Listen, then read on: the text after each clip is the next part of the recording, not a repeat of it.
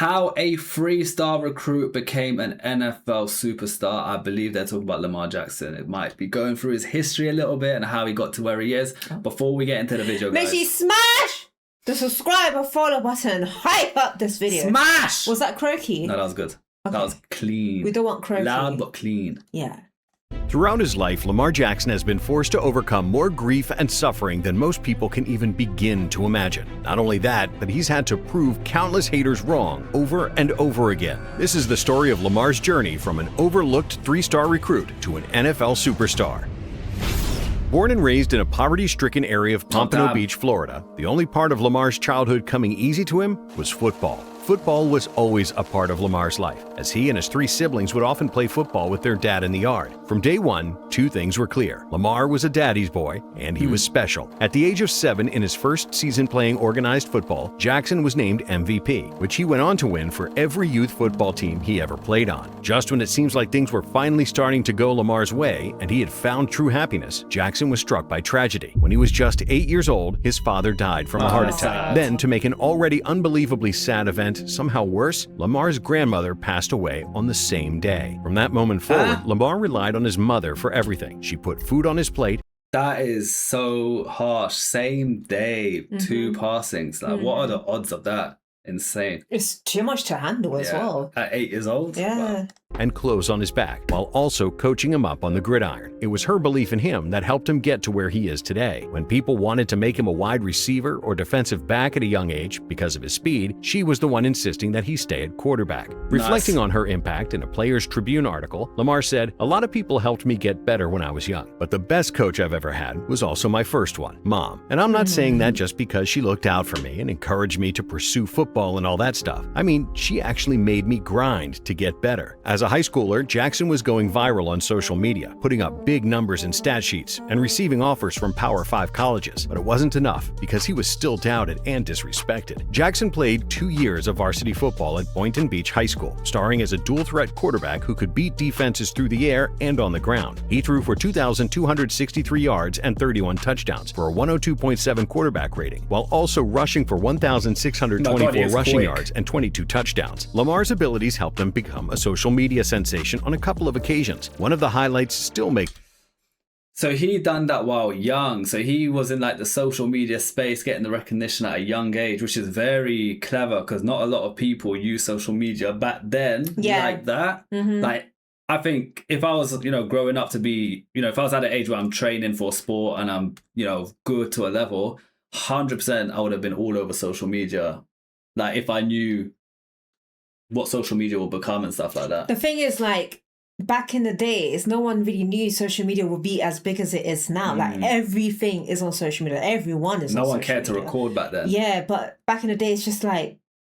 What's the point? Chilled, you don't think like that. Yeah. But now, if I could do it all again, or, if we had a kid and we're training them for sport, 100% all over social media, I want them to blow.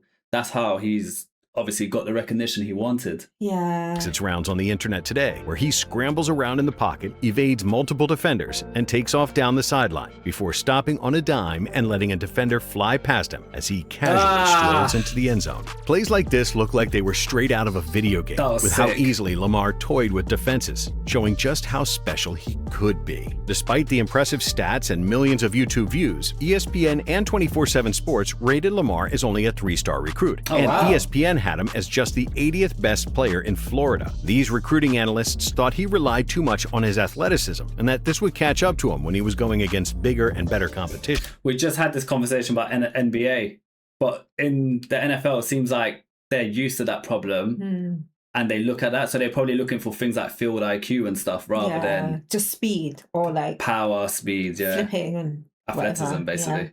A handful of big-time schools saw past these ratings and offered him scholarships, such as Louisville, Florida, Auburn, and Clemson. For a while, it looked like Lamar was going to stay in his home state and head to the University of Florida, but ultimately, he committed to Louisville. Reportedly, a big selling point for the Cardinals was head coach Bobby Petrino, promising Lamar's mom that her son wouldn't be forced to change positions. From the moment he arrived at Louisville, Lamar was determined to show those recruiters that they were wrong, and his game would translate to the next level. And Coach Petrino almost immediately gave Jackson the opportunity to do so. As a freshman, Lamar played in 12 games, starting in 8 of them, which is uncommon for a 3-star QB recruit to do at a Power 5 school. Jackson made the most of it, demonstrating that his elite athleticism was far from exaggerated. He threw for 1,840 yards and 12 touchdowns, while also running for 960 yards and 11 touchdowns. His 960 rushing yards set a school record for the most by a QB in one season. Heading into his sophomore season, Lamar had plenty of confidence, and it was obvious from game 1 that this was going to be a season to remember. In the season opener against UNC Charlotte, he set a school record for total touchdowns in a game, with 8, scoring all 8 of them in the first half. It was just the beginning, as Jackson went on an absolute tear the rest of the year. He finished the season with 3,543 passing yards, 30 passing touchdowns, 1,571 rushing yards, and 21 rushing touchdowns. That's over 5,000 total yards and 50 touchdowns. Thanks to these video game-like numbers and numerous SportsCenter top 10 appearances, Lamar won the Heisman Trophy, college football's most prestigious award. After a season like that, expectations were sky high for his junior campaign, and with the pressure on, Jackson did not disappoint. He broke the 5,000-yard milestone again with 3,660 passing and 1,601 rushing yards, while adding in 27 passing and 18 rushing touchdowns. Lamar had such an outstanding year that he was named the Men's ACC Athlete of the Year for all conference sports, feeling like there was nothing left.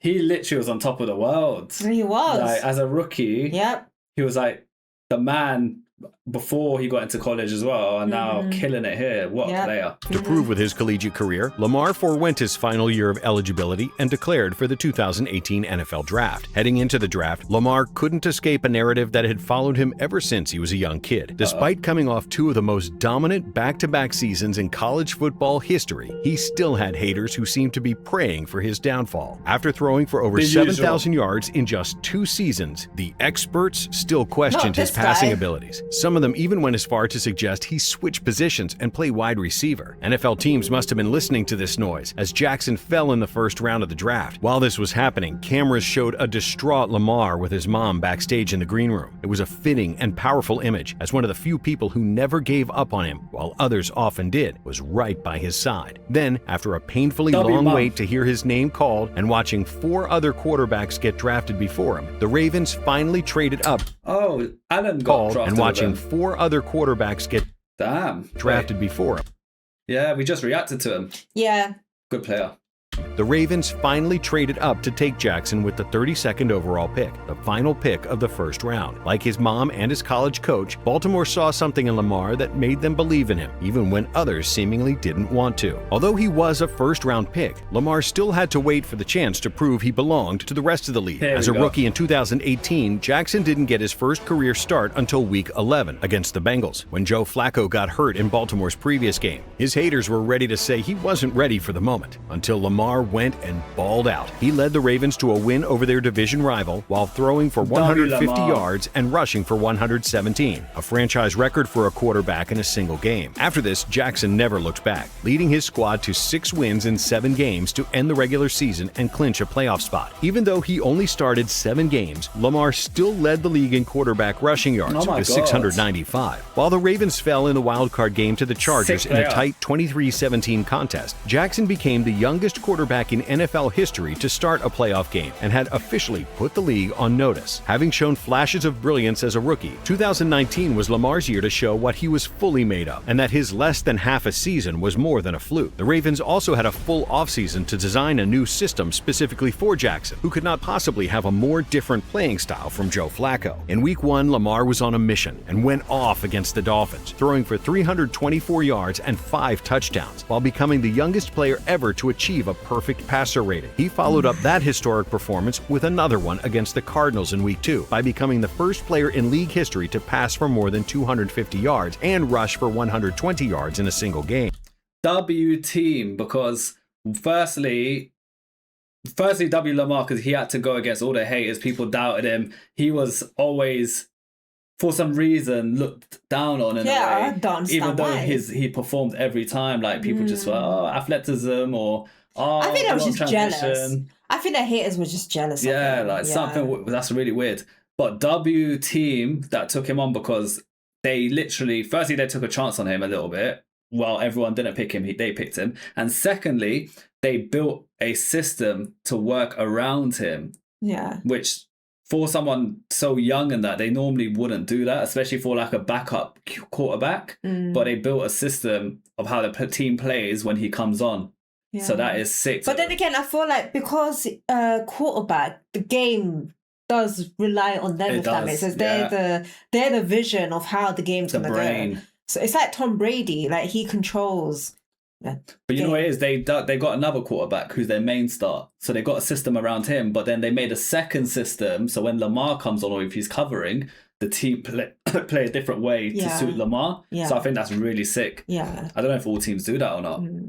This fast start to the season gave Jackson a tremendous amount of confidence for the rest of the year. He was nearly unstoppable as he led the Ravens to a 14-2 record. Even without playing Baltimore's final regular season game, Lamar finished with over 3,000 passing yards and more than 1,000 rushing yards, while scoring a combined 43 touchdowns. He led the league in touchdown passes and quarterback rating, in addition to breaking the NFL record for the most single-season rushing yards by a QB. In the Ravens' divisional round matchup against the Titans, Jackson put the team on his back as he threw for 365 yards and rushed for 143 more, becoming the first player to throw for 300-plus yards and rush for 100-plus yards in a playoff game. But it still wasn't enough, as Tennessee upset Baltimore. Despite the disappointing end to the season for the team, Lamar became the second player ever to unanimously win MVP and the second youngest player to win the award. After a season as special as that one, things were different. For once, everybody expected 2022 to be the same or better for Jackson, but that might have been a bit of an unrealistic ask. Opposing teams were now going out of their way to game plan around him to try and minimize his impact. As a result, Lamar's numbers dipped some as he finished with 2,757 passing yards and 1,005 rushing yards with 33 combined touchdowns. While less than the year before, Jackson still helped the Ravens to an 11-5 record and playoff berth. He also became the first quarterback to have multiple seasons surpassing 1,000 rushing yards, doing so in just 2 full seasons as a starter. In the postseason, Lamar and the Ravens got their revenge on the Titans in the wild-card round, as Jackson claimed his first playoff victory. Then, facing the Bills in the divisional round, Jackson was knocked out of the game in the third quarter with a concussion as Baltimore lost 17-3. While 2021 was supposed to be Lamar's revenge season, fate had other plans. Through 11 games, Jackson had the Ravens sitting 8-4 atop the AFC. He was also in the MVP conversation, having already passed for more yards than he did in all of 2020, and well on his way to breaking the 1,000-yard rushing mark for the third straight time. But in the first quarter of a Week 14 loss to the Browns, Lamar suffered an ankle injury from being tackled after throwing the ball. As he stayed sitting on the ground after the play, the Ravens knew that their season would come down to the diagnosis. Unfortunately, it was a severe enough injury that it forced him to sit out the rest of the game and the season. Without Lamar, the Ravens lost their final 5 games and missed the playoffs. It was far from the year that Lamar had wanted, but he was so impactful and respected that he managed to make Pro Bowl while missing a major part of the season. Now, after having started only 49 career games, Lamar is already 7th all-time in QB rushing yards with 3,673, showing just how absurdly good he is at running the ball. While he is elite at making defenders miss, there's one thing that has evaded Lamar throughout his career and continues to be go-to material for his haters to use: his lack of postseason success. But if Lamar's story tells you anything, it's that he has a knack for proving the haters wrong. That's scary for the rest of the NFL.